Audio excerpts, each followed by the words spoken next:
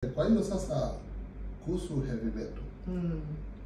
Heavy metal tunapokupima ndio tunaangalia content ya heavy metal ulizonazo mwilini. Heavy metal zina determine sana, yani zinahusika sana kwenye utengenezaji wa ngozi. Unaweza ukastruggle kumtengenezea mtu ngozi imekataa, kumbe ana heavy metal nyingi. Okay. Wengine ambao tuna experience heavy metal unakuta anatokea kipele tu, akijikuna tu tayari kidonda. Kuona hiyo? Unaona? Na kinakuwa kidonda ndugu. Na kinakuwa kinakamata mpaka mkono unakata. Hiyo ndio hatari ya heavy metal. Heavy metal zinapatikanaje? Heavy metal zinapatikana kwenye vipodozi. Okay. Ambapo serikali umeona inapinga, watu wanahangaika, wanasema wametukamatia mizigo yetu. Serikali watu wabaya sana, sio na nini. Hapana, wanaokoa watu. Wanaokoa watu. Angalia hizi taasisi hizi kama Tanzania Bureau of Standard, TBS. Sijui TMJ, hizi ni taasisi za muhimu sana. Kwa wanapokuzuia kitu lazima ufuate.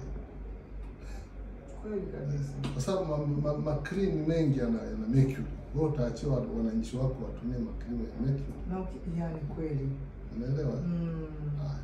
Kuna mengine masabuni yana mercury. Mimi mwenyewe nimewahi kutumia sabuni moja Uganda. Ina 2.0 mercury. Na tujui kwa hali ya kawaida tujui tunapoenda kununua zile products hatuelewi. Ilikuwa tu amekaa kweli niling'aa, glow. Lakini nilikuwa natumia sabuni ya mke wangu. Okay. Unaona? Kugundua mbona hii ni mercury? Nikamwambia mke wangu hii hapana, acha. Tukaacha tokea siku hiyo. Lakini mercury inapatikana kwenye vipodozi na sabuni. Mercury inapatikana kwenye maji. Unaelewa?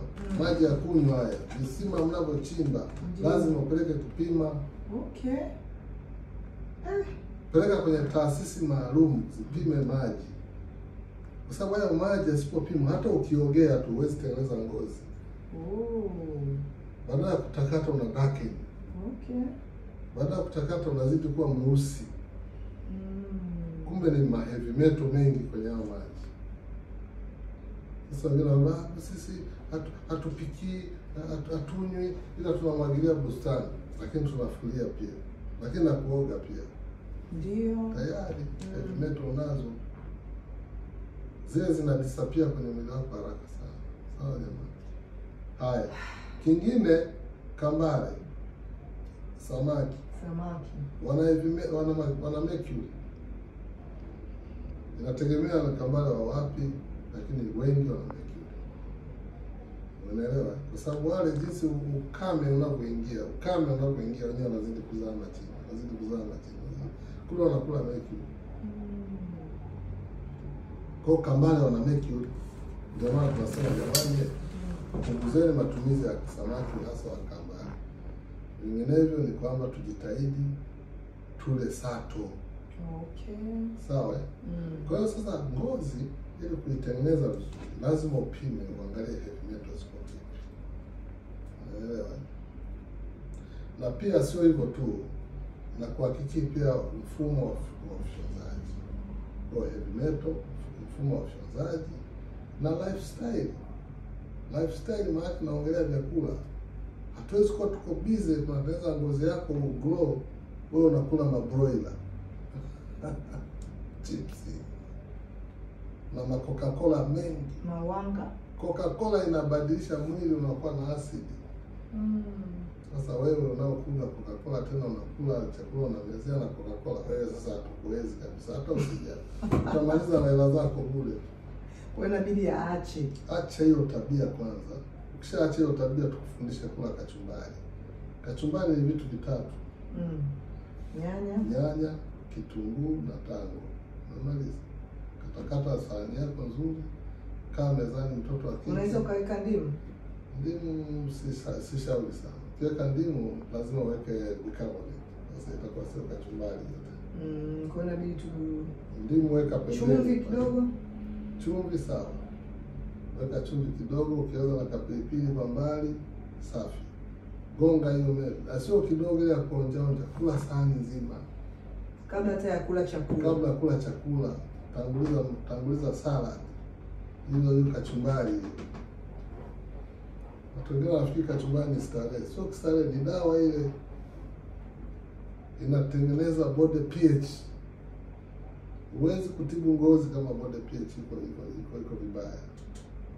Body pH manake nini? Body pH manake kiwango cha asidi kishushu. Alkaline iwe juu. Sawa?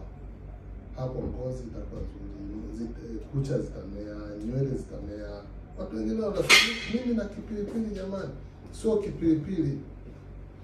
Ule ni ulaji mbaya. Sio kipilipili. Hamnaga mtu mwenye kipilipili. Hamnaga mtu mwenye kipilipili. Ule ni ulaji mbaya. Naona? Kwa unakuta ukifundishwa tu kula vizuri, ngozi inaanza kugrow. Na mtu anaanza kugrow. Sasa hapo ukipanda chochote kinaota. Kwa mfano ukashauriwa tu kula broccoli, kula hizo zucchini, kula hizo ni protini nzuri kwa ajili ya ngozi. Na ngozi ikigrow vizuri, hata kumbukumbu mtu anakuwa nayo. Na mtu akishakuwa na kumbukumbu, mental power inapanda. Ndio maana kuta watu wengine hata akili hawana. Unamfundisha mental power iko low kwa sababu hali vizuri. Unaona? Kwa chakula ni muhimu sana. Ni muhimu sana. Kuna uji wa kutengeneza. Kuna siku hizo watu wako busy wanatengeneza uji wa nini? Lishe. Lakini hawajasoma.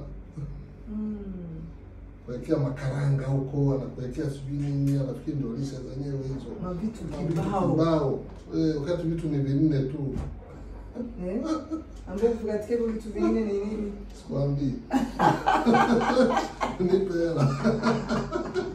Dokta au ndo mpaka mgonjwa jamani, vitu vingine utapata unapokutana na dokta. Consultation. Kwa kweli. Wewe njoo upate ushauri, dokta atakuelewesha, utaongea naye vizuri kama una changamoto yoyote. Tena vitu vinne hivyo vinatengeneza ngozi hatari. Uji kuna vitu hivi vinne tu, sio mlolongo. Hivi unakosaje kuja kupima? Mimi mwenyewe sijaambiwa. Kwa hiyo njoo upime jamani. Kipimo laki moja unaondoka na ushauri, unaondoka kujua changamoto zako za mwili na unapata matibabu. Nilikwambia kwa kweli. Unaelewa? Kwa hiyo kuna hiyo uji huo, ushatengenezwa huo. Unapiga kikombe chako hiki kimoja asubuhi. Na mimi naomba utaniambia nikishamaliza kuchukua. Leta watu video file na utatoa consultation. Unasikia? Ukishapiga hicho kikombe, maana umetengeneza ngozi, kucha na nywele. Uti wa mgongo, pingili za mgongo. Asidi inashuka, uwezo wa kufyonza chakula unaongezeka. Huo uji una vitu hivi vinne tu. Unashangaa wewe unataka kupiga dili, njoo nikupe training hapa. Ndio katengeneze uji sasa kule. Uuze uji kama dawa. Sio kuuza uji kama ameweka, unakuta mtu ameweka mbegu za maboga. Ameweka sijui mahindi. Ameweka mtama. Amechanganya dagaa. Amechanganya sijui vitu gani? Ngano. Ameweka na ngano. Wakati ngano sisi tunaipinga. Ngano inaleta asidi. Hivi unakusaje elimu yote hii? Utafiti tuliofanya ni mkubwa sana. Kusaidia Watanzania. Kama nilivyokuambia kwenye kachumbari, sina kutajia. Ndio. Vitu vitatu. Kachumbari ni kitu muhimu sana, sio starehe, sio anasa. Ila ikitengenezwa vizuri, unajua watu wanaogopa kula kachumbari hizo zinazotengenezwa kwa mtaani. Zinasababisha zina tatizo la hygiene tu, uchafu yani. Ila ukiwa nyumbani unaosha matunda yako vizuri na pia mliobarikiwa mashamba au mliobarikiwa space, yani una nyumba nzuri, otesha majani mboga pale nyumbani, otesha kama maua. Alafu usipige dawa. Nenda kule kijijini, si watu mnaita kule Chanika kule watu chuma ndulele nyingi ndoo nzima. Njoo ziponde ponde, weka maji, zichuje, tengeneza dawa ya kuspray kwenye mboga zako. Ulikuwa unajua ndulele? Hakuna. Kwa hiyo ndulele ni dawa ya mdudu anafika hapo. Ni spray ambazo kwa hiyo unaenda kwenye pori fulani ambapo lina ndulele nyingi, unachukua unachuma, unazifanyaje? Unaziponda au unazigrand. Ukishazigrand unatengeneza maji kama juice ambayo inapita kwenye spray. Ambayo inapita kwenye spray, unachuja na kwa kabisa thin. Alafu unaiweka kwenye dumu lile. Unaanza shwa. Yaani sisi tunaenda kinatural jamani, hatutaki kula chemical ya aina yote. Ndio kitu tunapinga. Na pia shamba yako au bustani yako sababu ni ndogo, unaweza ukaiweka vizuri. Kuna polythene fulani zinauzwa kwenye maduka ya kilimo. Zile ambazo zinakinga mionzi ya jua. Isilete sumu kwenye mboga. Unajua jua likipiga mboga direct linatengeneza sumu. Mionzi. Ndio maana inatuharibu na ngozi zetu Naona ndio maana wewe usipokula vizuri tukikupima tunakwambia umepoteza uwezo wa kutembea juani. Ndio maana kuna mtu ambaye anatumia sunscreen yenye SPF 30, nyingine yenye SPF 50+, nyingine 30+. Hiyo ni kutokana na ile madhara aliyoyapata. Exactly. Ule ni uwezo wako wewe uliopungua kutokana na madhara uliyopata. Sawa jamani, vitu vya kitaalamu sana. Mimi nikianza kuongea niko YouTube, by the way, unaweza kunifuata. Dr. Moses Makala Norland. Mimi ndio mkuu wa Norland Clinic East Africa. Unaweza kunifuata, lakini pia kupitia hii kliniki yako ile tunataka tuboreshe masuala ya matibabu ya ngozi. Ndio. Na watu watafaidi, sio ngozi tu, wewe utalii, tutakupa kitengo cha ngozi, uzazi na wanaotafuta watoto. Uzazi nao changamoto. Na vitu vingine vya ushauri wa kidaktari kupitia chakula. Kwa hiyo jipange, huo naendelea semina hizi mara kwa mara, tutafika tutakapokuwa kutualika. Kama sasa hivi tuko kwa wiki nzima. Ndio nimewakaribisha hapo waje kupata vipimo. Waalike waje kupata vipimo. Vipimo ni shilingi yako 1,000. 1,000 uje nayo mkononi. Nataka kupona ufahamu na historia ya mwili wako. Unaelewa, 1,000 hiyo haiwezi kushinda. Unajua vipimo vina maana gani? Ukutajie? Ndio. Sikutajie. Vipimo vina maana ya kupunguza vifo vya ghafla. Jamani, umeelewa maana ya vipimo? Na sio kwamba eti ukipima lazima ununue dawa, hapana. Ndio. Unaweza ukapima nikakupa tu ushauri. Kale hiki, usile hiki, uwezo wako sasa hivi uko hivi, kila hiki utapata madhara hii na hii, utasema ndio maana kumbe naumwa ndio maana kumbe. Ukiacha umepona, kwani hapo umenunua dawa? Umenunua dawa. Kingine anakuambia nenda Kariakoo, kanunue hiki na hiki, damu yako nzito. Ndio. Kanunue hiki na hiki, kunywa hiyo juice, umepona. Kwani mimi ni Kariakoo?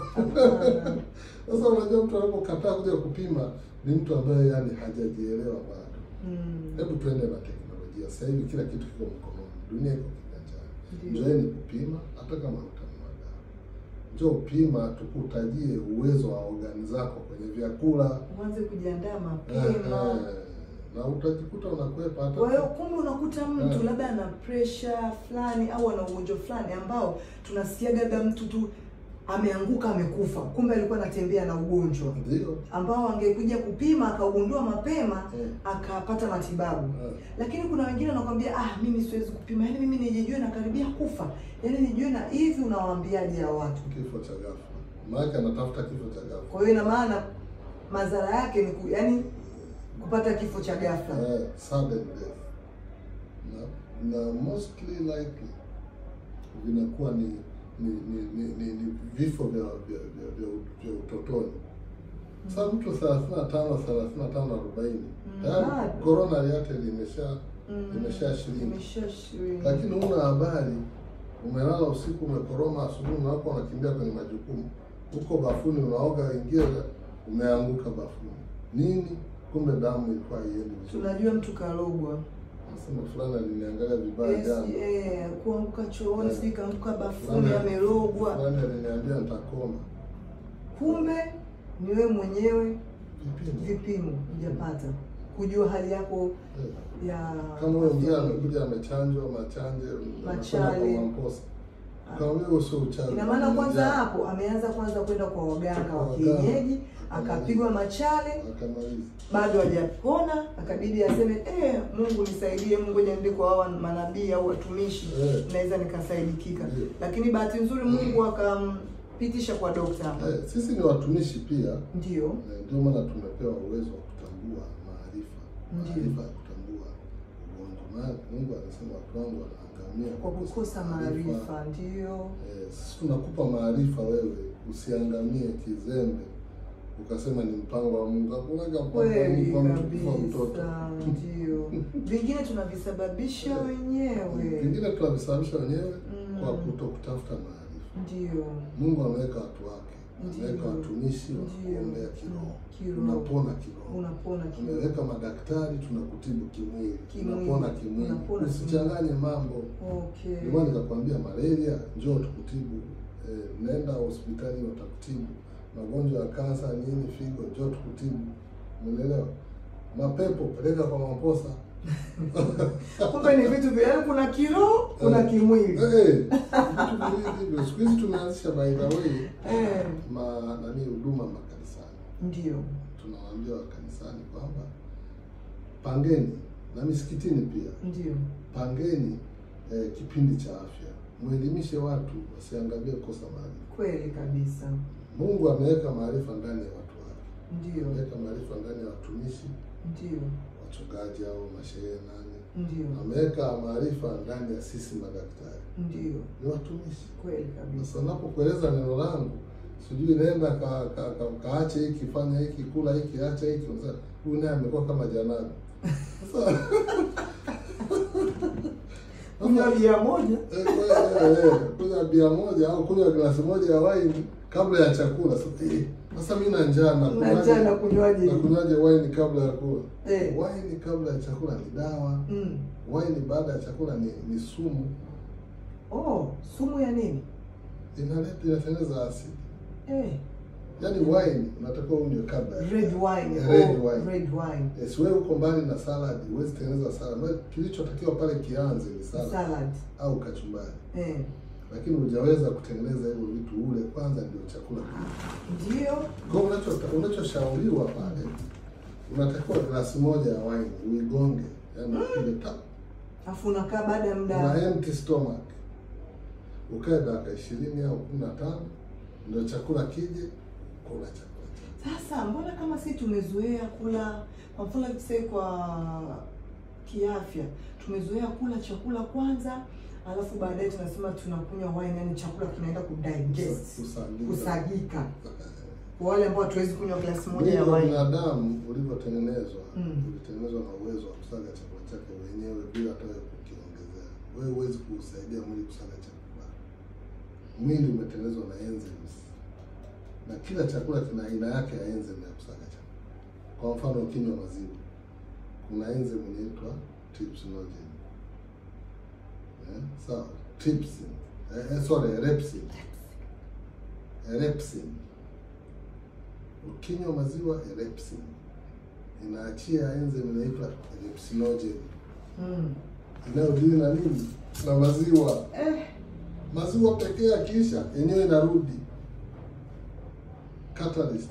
Yaani inaenda kusaga bila yenyewe kusagika. Inarudi zake natulia, na ngoja maziwa mengine tena. Ikija maziwa mengine tena yenyewe inaiambia yale maziwa twende tukasagwe. Lakini yenyewe haisagwi. Inamaliza inarudi, tunaita catalyst. Sawa. Kitaalamu tunaita kama ndio soma chemistry unaelewa. Kingine nyama, red meat. Trypsin. Sawa. Trypsin ina sense kwamba kuna nyama imeshuka pale tumboni. Kwa hiyo enzyme inaachiwa trypsinogen inaenda kwenye kuchakata nyama, kusecrete nyama. Ikimaliza ufyonzaji ni wa utumbo nini kila kitu yenyewe inarudi. Unaona hiyo? Kwa hiyo Mungu alipokutengeneza wewe hauhitaji kuisaidia mwili kusaga chakula. Unapofanya hivyo, eti kama nimekula chakula ninywe wine ili ikasaga chakula, unatengeneza asidi, sababu ile wine itaenda kuungana na hiyo enzyme. Kitu gani kitazaliwa? Acid. Na acid kitaalamu ni kansa. Kwa hiyo unapokula chakula alafu unakunywa kinywaji juu ya chakula, kinywaji chochote, not necessarily wine, kinywaji chochote unapokunywa baada ya chakula, maana umetengeneza acid, maana umetengeneza kansa. Ndio maana wataalamu wakwambia heavy meal, drinks, cold water, juice, fruits after heavy meal is equal to cancer. Hey. Yes. What in? Heavy meal. Kama lunch au dinner.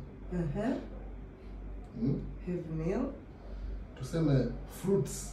Yes. After heavy meal. Juice after heavy meal. Drinks after heavy meal. Immediate. Even water.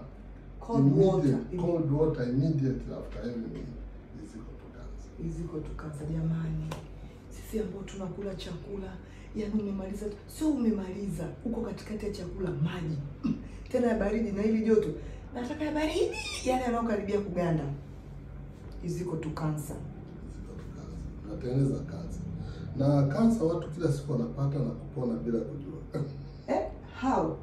So unapata acid alafu unaitoa acid bila kujua. Nyinyi ambaye mko Afrika mna pure organic food nini kila kitu, si ndio?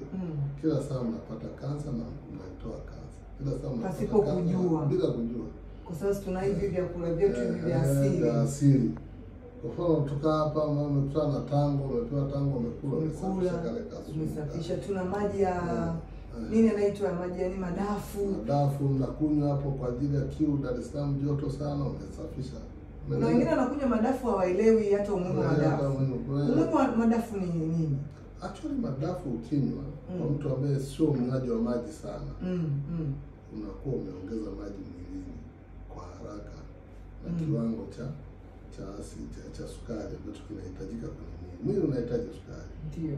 Kwa sukari ila sio sukari tu hili, sio sukari ya dukani. Sio sukari. Sukari ile ya asili kama ya madafu na asali. Na asali. Unaelewa? Lakini kwa kunywa maji yale ya madafu unakuwa unadili na maji sana sana kwenye mwili, dehydration, upungufu wa maji. Kama mtu sio mnywaji maji, kutana na dafu hata moja, piga kwa siku au mawili, hapo ni kama umetundikiwa drip moja kila siku. Uko hapo? Nipo daktari. Kwa hiyo watu kiafya wanataka waelewe. Mungu aliyaweka madafu maeneo yenye joto ili watu waelewe, wapate maarifa, wanywe madafu kila siku. Ukisikia kitu kinauma huko nyuma, kinakamata hivi kama vile wadudu wanakula shingo yako. Na kichwa kinakuuma vibaya mno, discomfort ambayo unataka ukalale au uende hospitali. Ni dehydration. Una maji ya kutosha mwilini. Una maji ya kutosha mwilini. Tafuta madafu haya mawili mpaka haya matatu. Piga kaa nusu saa kama utauma hicho kitu. Mimi tunao tiba nyingi na ushauri ambao tungependa watu wausikie vizuri. Ndio. Na waweze kuelewa wafanye. Sawa jamani.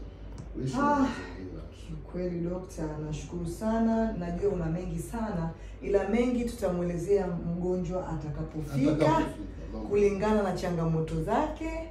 Unahitaji ushauri wote, nadhani umeona dokta alivyoelezea. Tutakuwa tunakupa tip mara kwa mara ili uweze kujua namna gani, kuna umuhimu gani wa kuja kupata vipimo. Jamani, ni laki moja tu inaokoa maisha yako.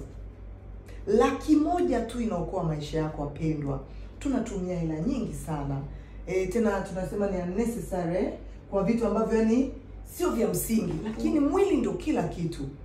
Yaani kwamba mwili wako wewe leo hii unaweza ukakutana tu na kifo cha ghafla, amekaa, wanasema pale alipokuwa amekaa ndio hapo kapotea. Kumbe angekuja kupima, angeambiwa ana changamoto hii, ana tatizo hili, ana tatizo hili. Fanya hivi, nenda kale hiki, tumia hiki, angeepukana na kile kifo cha ghafla. Dokta, nakushukuru sana. Nashukuru sana Emi, nashukuru sana kwa juhudi ulizochukua kuokoa jamii. Ndio. Elimu, jamii inahitaji tu elimu. Ndio. Hatuna watu wajinga. Unajua wasomi wote wako huko siku hizi. Zamani ndio walikuwa sema watu hawajasoma. Siku hizi kila mtu kasoma. Ndio, kila mtu kasoma. Watu wanachohitaji ni ile exposure. Ndio. Information watu wapate wale nini, na siku hizi watu wameshtuka sana. Kinga zinashuka kwa nini? Vyakula. Kwa nini tunaumwa sana? Watu tunawaambia diet, tukiwaambia diet anasema mimi niache kula. Mimi niache nyama, lakini kumbe kuna vyakula vingi tu mtu sio kwamba kuacha. Yaani diet nilichokuja kugundua daktari, si kwamba unatakiwa uache chakula, hapana. Kuna vyakula ambavyo unatakiwa kula kwa kiasi. Na vingine kweli kulingana na umri na zumuni lako unatakiwa kuacha. Na zumuni lako nao itafuta. Kwa mfano mtu atafuta watoto, anatafuta mimba, anataka kuwa mjamzito. Ndio. Unapunguza nyama. Au mwanaume anataka kumpa mimba mwanamke. Afu nguvu hazipo. Kwa kuna vitu anatakiwa vitu anatakiwa ale, kuna vitu anatakiwa anataka watoto mapacha watatu, wawili, anawapataje? Anawapataje? Sasa naangalia wewe kama ya kwangu 56 na nimepata mimi watoto watatu. Nimewapataje? Kwa sababu I've kept my body natural. Jamani, kama mnavyomuona doctor hapo, ana triplet, unaita triplet boys. Bouncing boys. Tumezaa huko kina Putin, kina Magufuli, kina Clinton kwenye tumbo moja. Imagine. Hiyo ni kwa ajili ya kufuata plani na formula ya chakula. Chakula kina formula. Kwa mfano unaanza nini asubuhi kiamka, unakuja saa 4 ule nini, saa 7 6 hapo ule nini lunch, dina ule saa ngapi na nini na mwisho wa kula. Na mwisho wa kula. Sio masuala kukaa njaa kabisa eti tunakunywa maji ya moto tu. Tunataka kupungua. Unakunywa maji ya moto na ndimu. Ili mtu anenepe, na maana hii vina mafuta. Kwa hiyo unapotaka kupunguza bodi yako, tukwambia acha chakula. Sisi unakuja hapa tunakupima, tunaangalia mafuta yaliyoko kwenye hii yametokana na nini? Yametokana na nini? Tunaanza kuyakamua hayo mafuta kwenye hii. Sisi tunagusa hii tu. Kitaalamu. Wewe kunaendelea chakula, tunakupa of course diet ambayo kusababisha hii ndio mafuta. Yaani vyakula bora. Yaani usiogope unaposikia neno diet, vyakula bora. Nunua kuku wako wa kienyeji, samaki wako mzuri. Yaani ukiwa unakula samaki jamani, kuku wa kienyeji, mboga, mbona ni vitu ambavyo vizuri tena vya kuchoma jamani, unakuwa na jiko lako la kuchoma, unakula vizuri kabisa. Mimi nafikiri tuishie hapa, tuwaachie waje kupima, maana naona wengine wanajiandaa kuja kupima. Kwa kweli yes. Kwa elimu ambayo umeshaweka nafikiri watu tayari wanajiandaa, tunawachelewesha. Kwa kweli sasa unawaambia nini hawa, manake asilimia kubwa watu ambao tuko nao let's say Instagram ama kwenye WhatsApp zetu, wana familia zao, wana mama zao, wana ndugu zao, unawashauri vipi hawa watu? Kuliko tofauti kuja wao peke yao. Ushauri wa kwanza, tuna formula nzuri sana wazee na watoto. Mbali ya kupima watu wazima, wazee na watoto tuna formula nzuri sana. Watoto umri gani? Watoto kuanzia miaka 3 mpaka miaka 8. Ndio. Hata 9 mpaka 10. Tuna formula nzuri. Tunachowashauri ni kwamba wasije tu wakapima wao tu wakaridhika. Waangalie na wazee kule nyumbani. Wazee wana dawa zao chache sana, 2 au 3 basi. Wanakaa sawa, wanakaa sawa. Yule mzee utaendelea kumuona hapo tena mwenye afya, mwenye furaha kucheza na jukuu zake. Tusiwaache wazee wateketee hivi. Tuwapime vizuri wazee. Kuna formula yao ndogo sana. Tumbo linazeeka. Binadamu anaanza kuzeeka tumboni, anakuja miguuni, anamalizikia kichwani. Hii ndio formula ambayo tumefundishwa na Wachina. Ndio maana Wachina wanaongoza, yaani China, ile nchi ya China inaongozwa na kuwa na wazee wengi duniani. Kwa sababu wao wanasafisha tumbo ili mfumo wa ufyonzaji uwe active. Kwa unakuta bado wako ni wazee huko, lakini wako wanapambana na hata ngozi zao zina glow, ni wazee lakini ngozi ina glow. Naona sisi wazee wetu miaka 60 70 amezeeka vibaya sana. Na wakati juzi mimi nilikuwa China, wanaita the Great Wall of China. Nilikuwa napanda huko the Great Wall of China. Nimepanda na bibi kizee na miaka 130. course kazeeka, nafikiri kuna kauzembe kidogo alifanya na kwa huyo bibi, lakini bado ana nguvu, anatembea na vitukuzi hivi. Sisi hapa huyo bibi huko kwetu sashakuwa kichaa. Ashakufaga. Unaona? Huyu anatembea na kafimbo, nimepanda naye the Great Wall of China. Unaona? Kwa hiyo tumbo bado Wachina wanaamini binadamu anaweza kuishi miaka 200. Kuna hiyo useme ambao watu wakisikia China, vitu vya China feki, yani sijui vitu, yani asilimia kubwa. Hapana, China yuko hivi. Utatibiwa kwa space yako. Utatibiwa kwa space yako. Au utahudumiwa kwa space yako. Kama wewe ni maskini, unatibiwa maskini. Wewe ni mtu wakati ukosi vitu vya kuhudumiwa. Okay. Ukienda na hela, kwa mfano hizi huduma tunazofanya kwa kweli ni gani? Ni kuandae tu kisaikolojia. Kupata matibabu ya hapa, kupata matibabu kwa kweli sio bei rahisi. Yaani wewe jiandae, sisi tunalenga sana wale watu ambao wanataka kwenda China, wanataka kwenda India, wanataka kwenda Johannesburg, wanataka kwenda UK kwa matibabu. Ila anayapata matibabu hapa hapa Tanzania. Jamani, mmeelewa? Yaani hatulengi wale watu ambao wanaweza kaenda sijui Amana, wanaenda sijui wapi, Muhimbili. Yaani kuna wale tayari wana magonjwa yani yale ambayo kufanya wao waweze kusafiri kwenda nje. Kwa mfano figo, badala ya kufanywa transplant, sisi tunakusafishia hiyo figo yako inakuwa nzuri kwa kutumia detox. Oh my goodness. Tunakusafisha, tunazibua hizo chekecheke 4 zina paramita 4 pale. Tunazibua, figo inarudi kupiga kazi. Kama tumeshafanya hivyo sana. Hamna mambo ya dialysis. Unaona? Haya, mtu anataka sio akafunguliwa ubongo, sio una uvimbe huko. Kumbe ni oxygen ile ilikosekana. Sisi tunachofanya ni kufacilitate oxygen ifike pale. Kale ka uvimbe kanakimbia kenyewe. Uvimbe wenyewe unafikiri nini? Ni kamoshi. Ni kamoshi tuka hapo kwa sababu oxygen haijafika. Oxygen ikifika hamna uvimbe. Naona mtu ambaye anakuwa na shida ya macho kila saa, unanielewa? Vitu vingi tutashirikishana.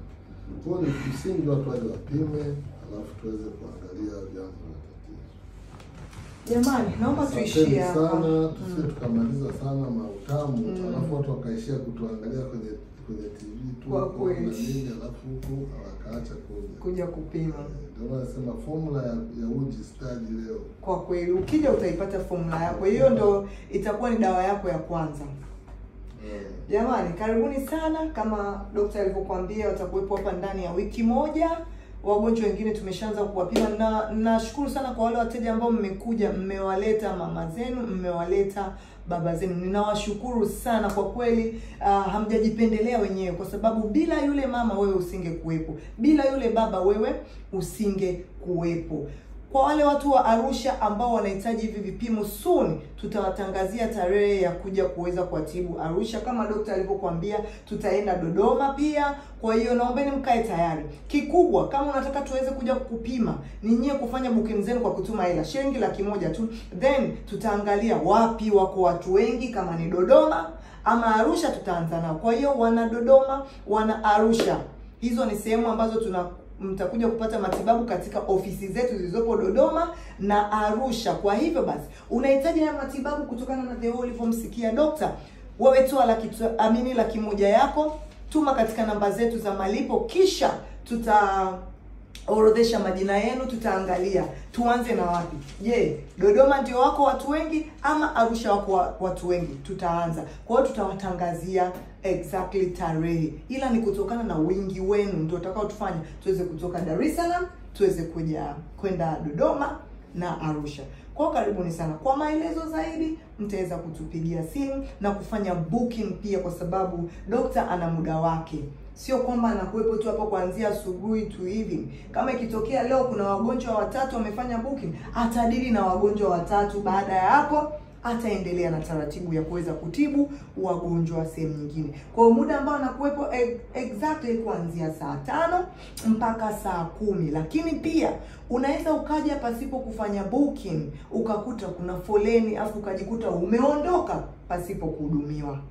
Ndio maana tukakushauri lipia tuweze kupanga appointment na dokta, ili usikae sana. ukaja hapo ukakuta watu 10, ukaambiwa rudi kesho kutwa, jamani kweli? Wewe toa, ukishalipia ndo tunakupa zile nafasi za mwanzoni. Wewe utakuja saa 6, tunakupatia namba yako, utakuja saa 7, utakuja saa fulani, basi unakuwa umemaliza. Tunawapenda sana jamani. Mwaka 2025 ni mwaka wa kujipendelea. Karibuni sana. Karibuni sana. Asanteni.